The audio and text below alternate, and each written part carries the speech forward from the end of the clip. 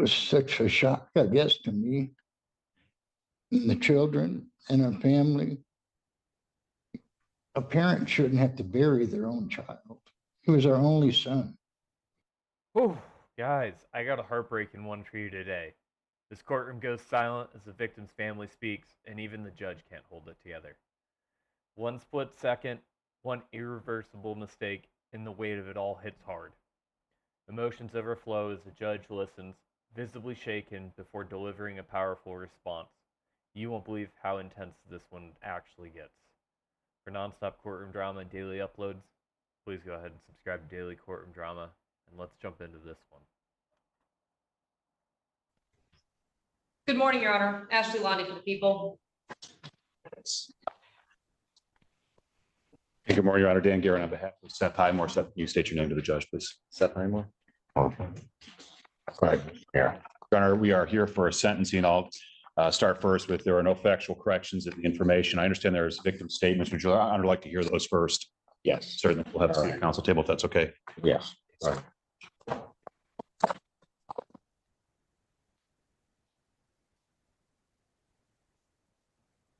Your Honor, I do believe we'll have 3 statements this morning. That's fine. All right. First will be victim's mother. How you doing, Your Honor? I'm doing well. Good morning to you. Can you state your name for me, please? I'm Gina Cornett, Jeremy's mother. All right.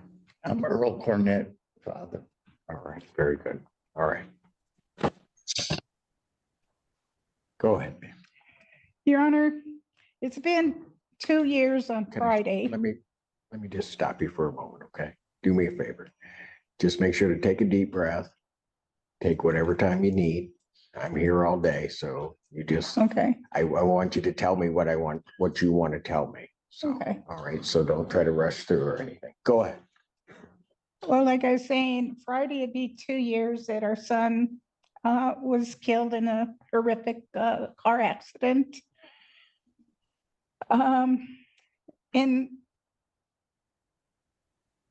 you can't even imagine the loss that has happened to us in our family, the void that has been put in our lives. We don't have our son with his kids to visit us every weekend. We miss him on the holidays, especially Easter, Thanksgiving, and Christmas. There's such a void.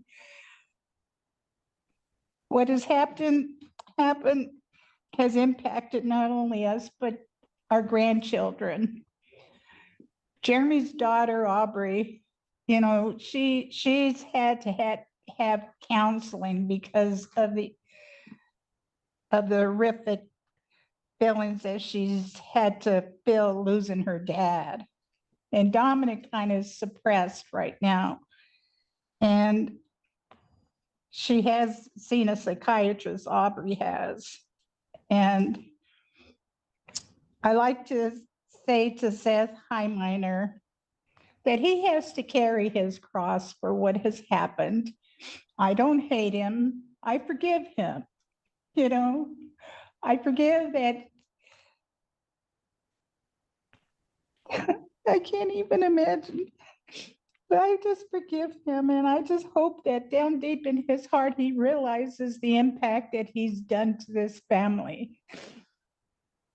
Our son didn't have a chance. He was just killed so fast and instantly. It just was horrible.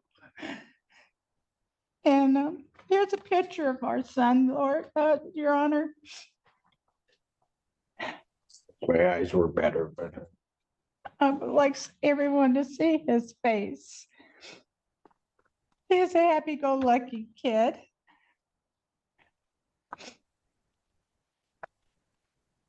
And I just feel, Your Honor, that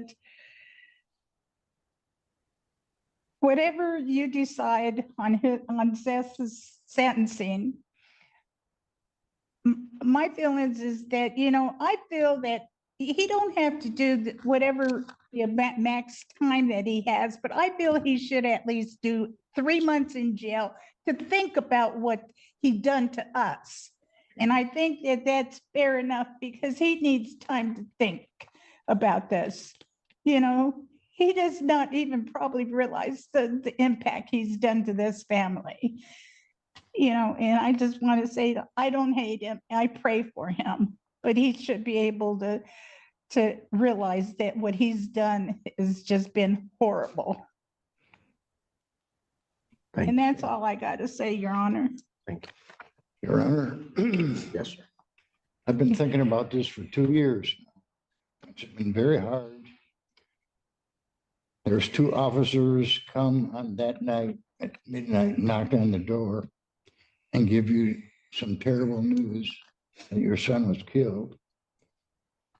I talked to them for 10 or 15 minutes and they left. And I turned around to my wife. I goes, what did they just tell me? It didn't register in my mind. And since then, I've been on anxiety pills 2 years now because it was such a shock, I guess, to me and the children and our family. A parent shouldn't have to bury their own child. He was our only son and have to bury him. It was terrible. And in this crash, Your Honor, he set his car on autopilot at 70 miles an hour, driving into Ann Arbor in rush hour. Everyone who lives in Michigan knows Ann Arbor traffic is backed up both ways, coming and going. And he did this in the middle of the afternoon. And I think he needs some common sense. I think common sense should have told him better than that, Your Honor. And I'm going to leave it to the discretion of the court and probation, the sentence, and I'm not going to recommend anything. And I'm going to say that my wife and me will pray for the Highmore family because I know it's cost them a lot too. A very, very sad thing.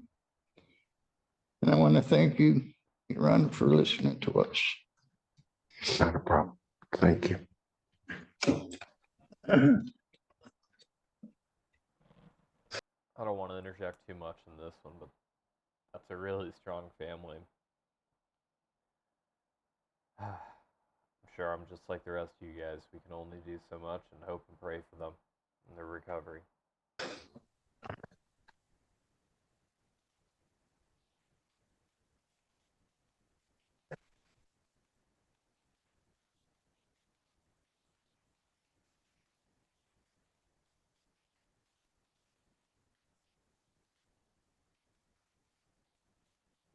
Hello, Your Honor.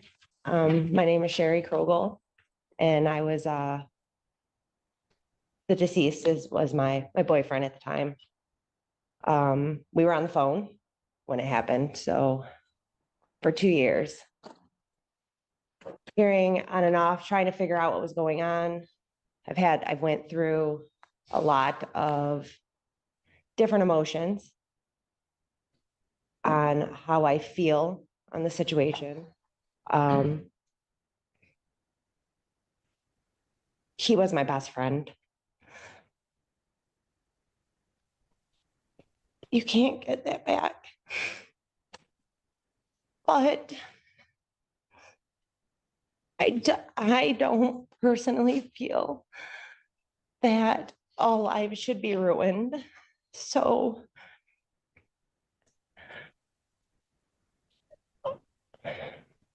for me, what I think would be more beneficial, and I don't know if it would even be able to be a consideration, is that he was to have to take time out of his life to go to like a driver's ed or a school and talk about, just 1 second of not paying attention. Because if it could change one person's life for the better, that's what I think. I don't think more lives need to be ruined over an accident.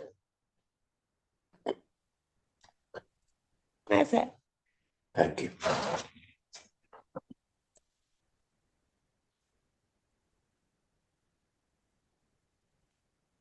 Nothing further from the people. All right.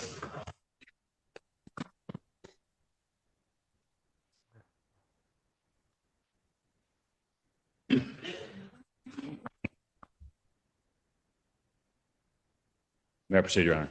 Yes, you may. Your Honor, I say without any hesitation that, the two most difficult tasks and I think most defense attorneys face are, one, standing up after a victim statement that was, especially one with such grace, humility, and emotion that those poor people had to go through. And I certainly extend my sympathies to them on behalf of Mr. Highmore. And secondly, is to try to make sense of these types of cases, these types of charges, which I think we all agree in the system are the most emotional, most difficult cases to sort out.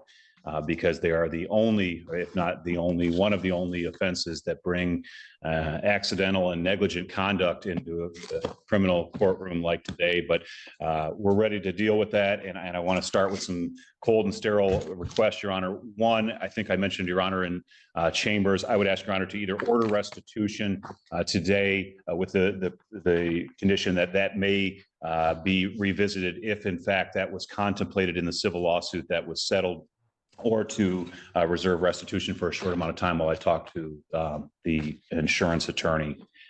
Secondly, Your Honor, of course, I'm asking you to follow the recommendation. I can't sit here and say I'm asking to impose jail time on my client. That would be difficult for me to say, but I do think that Ms. Polera understands her role very well and made a very good recommendation here. And if Your Honor believes that jail time is appropriate, my client is ready to go in today, of course. Your Honor, I will say this. As we look at the conduct here, I think that the victims are probably searching for an answer as to what happened. I would be too, if my loved one was killed or injured. And I don't think we're ever going to be able to offer that. Mr. Highmore doesn't have much of a memory. The police investigation didn't show that he was doing anything by way of reckless conduct, drinking, using drugs, using his phone. They checked all of those things. I think this was a situation in which Mr. Highmore simply either zoned out, didn't pay attention, and possibly we've learned a little bit about his medical condition since. He had worked a 14-hour shift in the sun, dehydrated, and certainly his actions have resulted in the death of this poor young man. I will say, of course, Your Honor, that Mr. Highmore has no prior criminal history, no subsequent criminal history. This was, of course, 2 years ago. I think Ms. Pollara noted that my client has shown remorse. He can't say a lot, unfortunately, because of potential civil liability. But I think his emotion, his family, all of whom are here, have written letters to say what a good young man this was and is, and I think will be affected the rest of his life. He's lost his privileges to drive. He's convicted, doesn't pale in any way in comparison to what the victims have gone through here. But I think that the impact on him has been profound. I think that the victim's mother, her desire for him to be impacted, I think will come true and has come true, and that he has been greatly impacted. So, Your Honor, I am ultimately asking you to follow the recommendation with those modifications. Miss, yes, Ms. Levy. Yes, I saw. Thank you, Your Honor. As to the restitution issue, just so the record is clear, the restitution that's been recommended by probation to be ordered was simply for the funeral expenses for the victims. So there was a civil lawsuit that may or may not have included those funeral expenses, certainly did include other monies paid, but that is, just so the record is clear, the only thing that probation ordered was for the funeral. And as indicated, Your Honor, certainly we would never challenge the amount. It's just whether that was covered. And if not, then that will be certainly part of my client's order to pay back immediately. Well, let me just deal with that. The record should reflect that I had a in-chambers conference with counsel. That issue was raised, and I will say that I'm going to order that restitution amount today. If it was covered either by an insurance or through some lawsuit, then one of two things then would happen if that was indeed paid, well, specifically directed toward those expenses. And so I want to be clear on that. If out of the settlement, the family used some of those funds to bury their child, that doesn't count in my book. It would have to be something that would have specifically been directed toward those expenses. If that was paid, then one of two things would happen to the amount paid by the defendant. Either it would go back to the defendant or would go to the insurance company, which paid the funds to the family. So. Understood, Your Honor. Thank you for that clarification.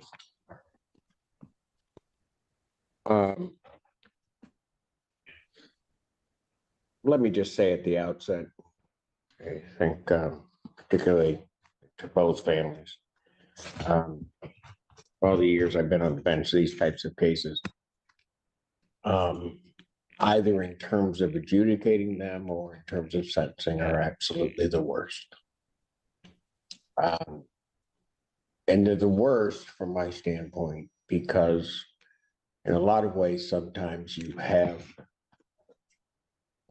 sort of, I don't want to really call it good and evil, but you have somebody who is bad, and it's easy to then point the finger and to do something. But typically, and as I was going through the defense's letters that he sent in, and hearing about him, I would just indicate that, and then hearing about the deceased in this case, these aren't bad people, either side of it. And so it becomes problematic sometimes for the court. I'll say problematic, but it's what I have to do. I have to find some balance in terms of what I do. Before I continue, I guess, sir, is there anything you want to say? I do have to offer that to your. Before we hear that, I gotta make a comment on how well this judge is taking this. It really truly sounds like an actual accident resulting in a death, and he's not trying to blame anyone and ruin anyone's life further than it already has, and I got a lot of respect for him for that reason. Allocution.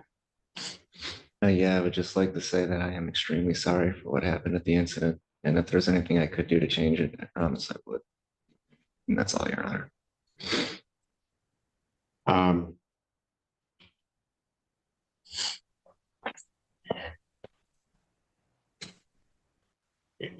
I will tell you folks, I have been thinking about this since the time of the plea. Particularly last night, it was what to do was weighing very heavily on me. And I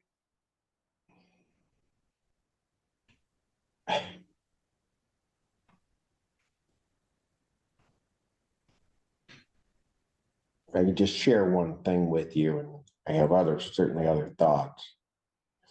But as I was thinking about your family, and I had not met you, I don't think I had ever laid eyes on you.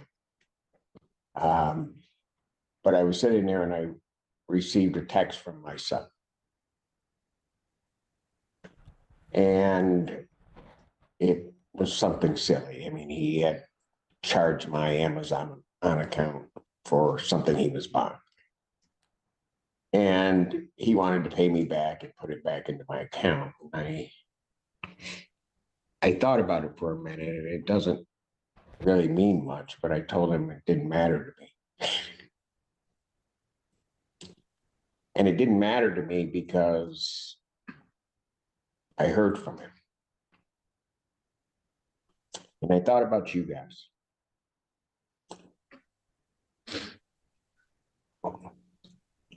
And just the sadness that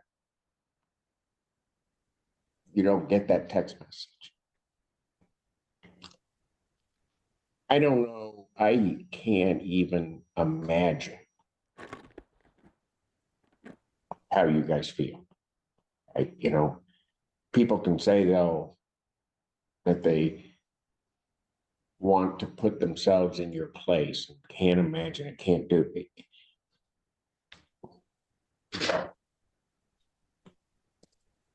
I don't think you can be there till you're there.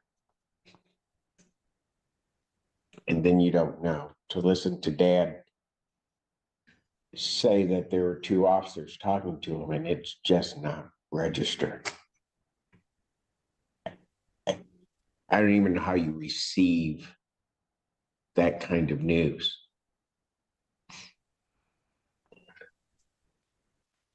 And what's difficult, certainly, is when, and hard to explain and hard for human beings to accept, is when the natural order of things are in place.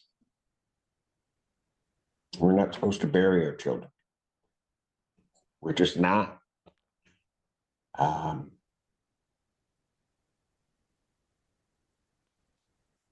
it really almost calls when something like that happens for you to try to figure out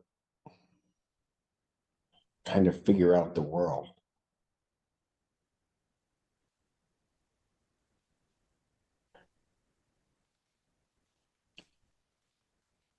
Like I said, I have never met you before, but ma'am,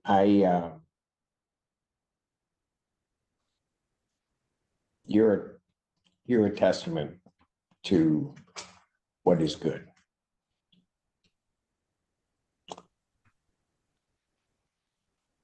I don't know the strength and the courage it took. Sir, you need to realize the extraordinary gift she gave you today.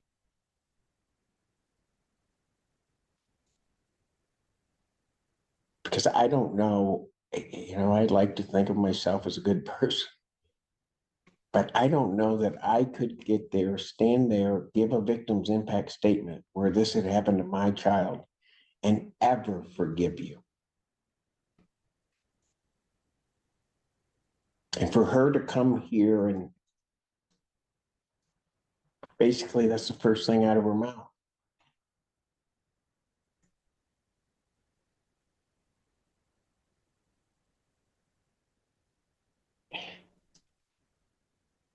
There's probably nothing greater than a mother's grace.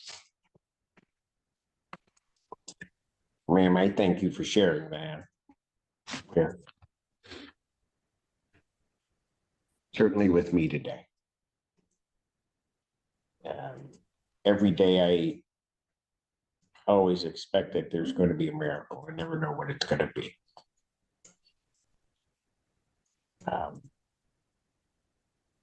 Your words, in my mind, were that today for me.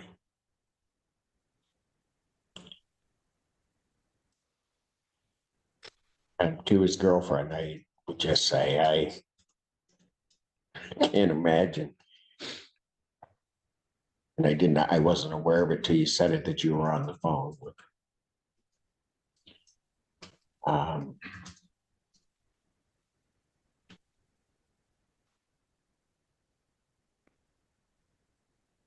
Just trying to move on. And that's hard. And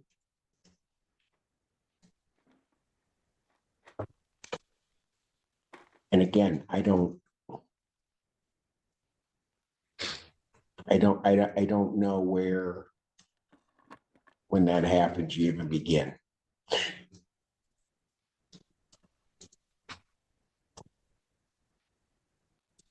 I respect all of you in terms of your courage to come forth and to give those statements that you gave.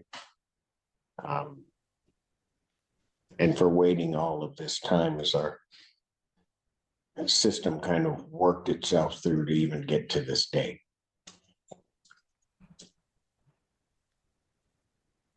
I realize no matter what I do, with all the power and all the everything that comes with this robe, I can't do the thing that I would wish to do most. And that is to bring back your son and your best friend. I don't have that power. God knows I wish I did.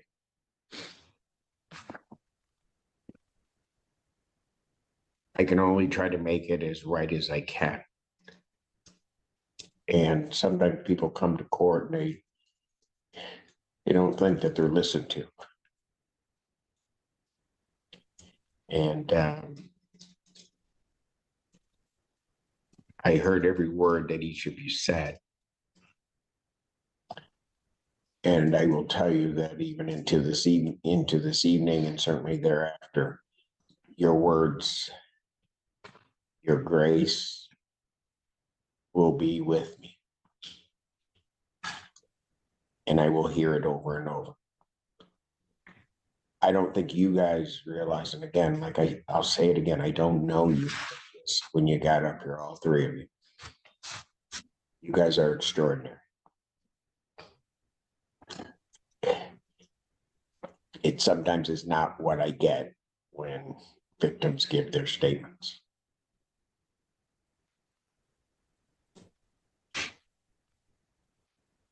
Dad, I'll tell you one thing that I did, so I'll just disclose it. You had numerous conversations with Miss Polera, my probation. And as I was going through that, I would always ask, and maybe I did this because I'm a dad myself. And I would always ask Miss Polera when I'd see her in the hallway or I'd see her wherever, how's Dad doing? And she'd tell me that sometimes you were here and then sometimes you were here and then sometimes you were here. And all of that was normal. But I wanted to let you know that I was checking on you. Can't make it better. But Miss Polera was sending that information through to me all the time. And for all of you, what I do is I just wish you peace.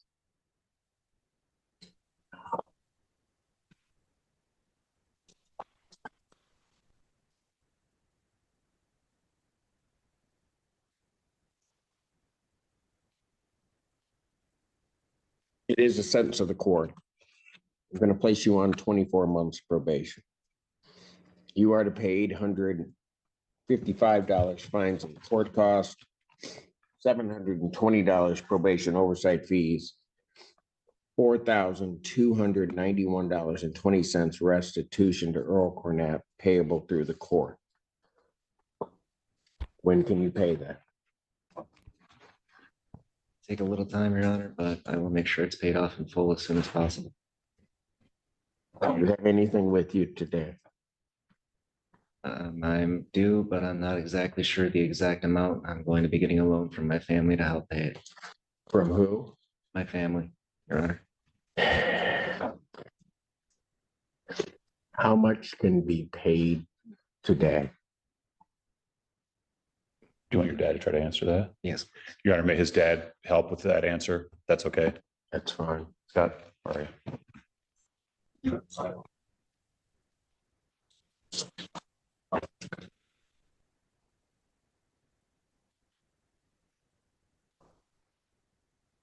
It's indicated 500 today, Your Honor. They have 1,000, Your Honor.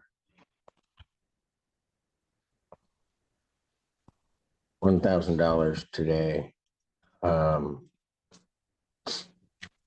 I wanted it immediately checked into regarding the restitution so that when that $1,000 is paid, if the restitution is to go to the family, I want that to go to the family. I'll deal with the fines and costs probation. I don't care. But Do you want that $1,000 put into bond for right now to hold it until we know, Judge?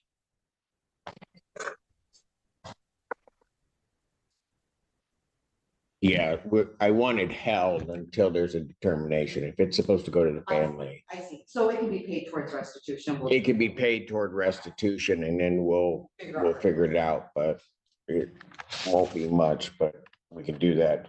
That amount needs to be paid in cash. So however they have to make that happen, it's got to be paid that way so that it can be paid out to the family.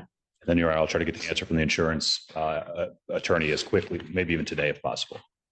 Very good. There is to be no use of alcohol, recreational marijuana, or any illegal substance. You'll be subject to random testing as requested by probation. You are to complete a driver improvement course as directed by probation. Going to, when it says that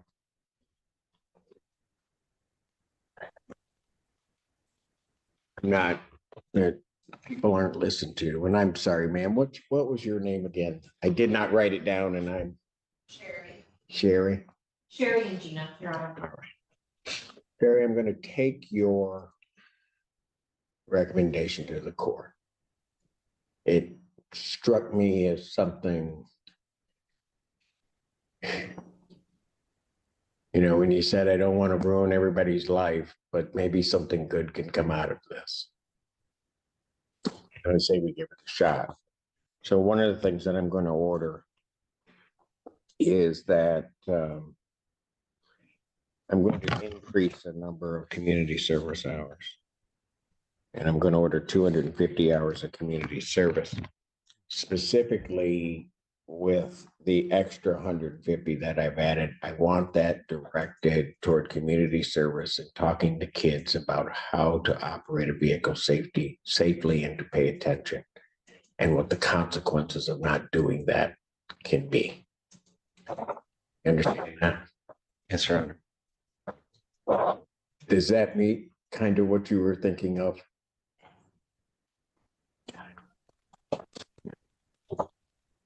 I am also going to order and add a condition. I realize that his driving privileges in the state of Michigan are suspended, but I'm going to order no driving so that if he is caught driving in any respect whatsoever, that would be a violation of his probation as opposed to some sanction from the Secretary of State.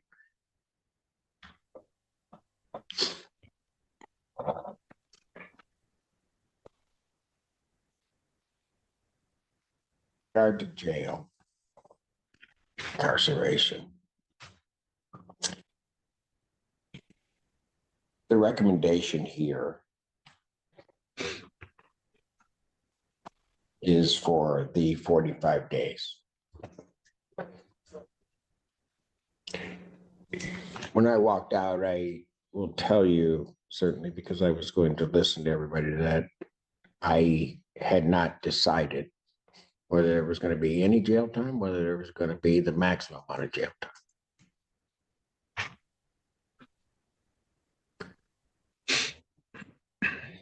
But I think Mom's right.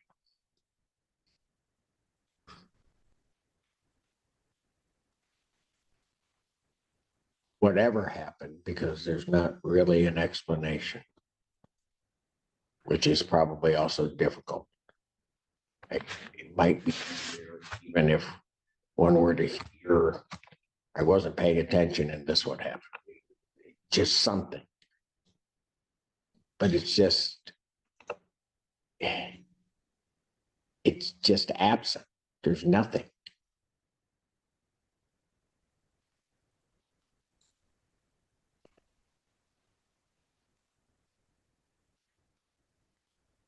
Over 365 days in jail, credit 4 days.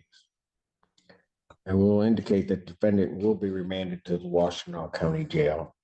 I am changing the recommendation of probation. Defendant will serve 90 days. And during those 90 days, I hope you take the time to do with that woman that bestowed grace upon you today of forgiving you. That you do that. That you think about this. And that you think about what has happened and just what your inattention, inaction, what that does to this family, what it's done to your family. So you will serve 90 days. The balance of that time will be suspended. There is also defendant is remanded. Thank you. My goodness, guys. Totally an insane amount of emotions in this one today. I feel feel bad for both sets of families. And even that guy himself, I feel bad for. It truly sounds like an accident. Now he's got to live with the consequences. If you want to see more drama like this, make sure to like and subscribe to Daily Courtroom Drama, where we upload twice a day. And I'll see you on the very next one.